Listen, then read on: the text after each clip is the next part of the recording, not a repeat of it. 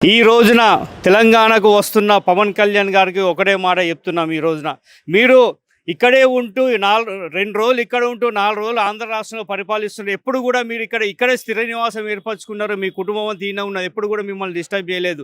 మా తెలంగాణ రాష్ట్రం వచ్చిన తర్వాత మా తెలంగాణ పాలనలో మీరు వేలు పెడతా అంటేనే మాకు ఒక అభ్యంతకరం ఉంటుంది. తెలంగాణ రాష్ట్రం కోసం 1200 బిడ్డ అమలు త్యాగం చేసిన వచ్చిన తెలంగాణ ఈ రోజున తెలంగాణ వస్తే 11 రోజులు నేను అన్నం తినలేదని చెప్పేసి తెలంగాణ ప్రజలను అవమానించి ఈ రోజున కోనసీమ లోపల కొబ్బరి చెట్లు ఎండిపోవడం కారణం తెలంగాణ ప్రజల యొక్క ఆ నరదిష్టి తగిలిందని అట్లాంటి సందర్భం మా మనోభావం దెబ్బతిస్తున్న పవన్ కళ్యాణ్ గారికి బేషరతు క్షమాపణ చెప్పి రావాలి.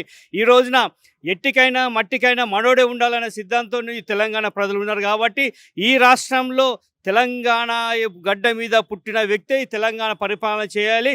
ఈ రోజున రేవంత్ రెడ్డి చేస్తున్న ప్రభుత్వం మీద ప్రజలు విరక్తి చెందిపోతున్నారు. ఈ ఈ ఈ ఈ ప్రపంచం లోపల ఇంత భయంకరమైన తిట్లు తిన్న ముఖ్యమంత్రి ఎవరు ఉన్నాడంటే రేవంత్ రెడ్డి మాత్రమే. ఇంకొక విషయం అంటే మరి తెలంగాణ ఉద్యమం జరుగుతున్నప్పుడు మరి ఇది సీఎం ఇప్పుడున్నటువంటి ప్రజెంట్ సీఎం రేవంత్ రెడ్డి పాత్ర అసలు ఏమన్నా ఉన్నదా?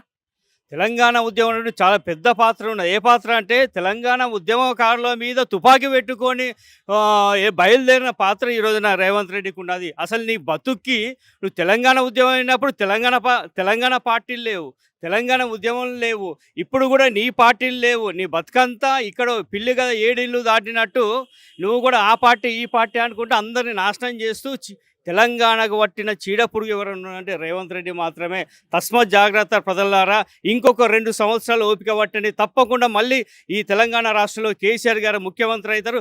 మళ్ళీ 3 ఏళ్ళ తర్వాత జూన్ 2న స్వేచ్ఛ వాయులు పీల్చుకుంటూ మరొక్కసారి ఉద్యమ నినాదంతో ఈ రోజున కేసీఆర్ గారు జెండా ఎగరవేస్తారని చెప్పి కోరుకుంటూ మరొక్కసారి రాష్ట్ర ప్రజలకు మరి మిర్రర్ టీవీ ప్రేక్షకులకు హృదయపూర్వక ఉద్యమాభిమానం తెలుపుకుంటూ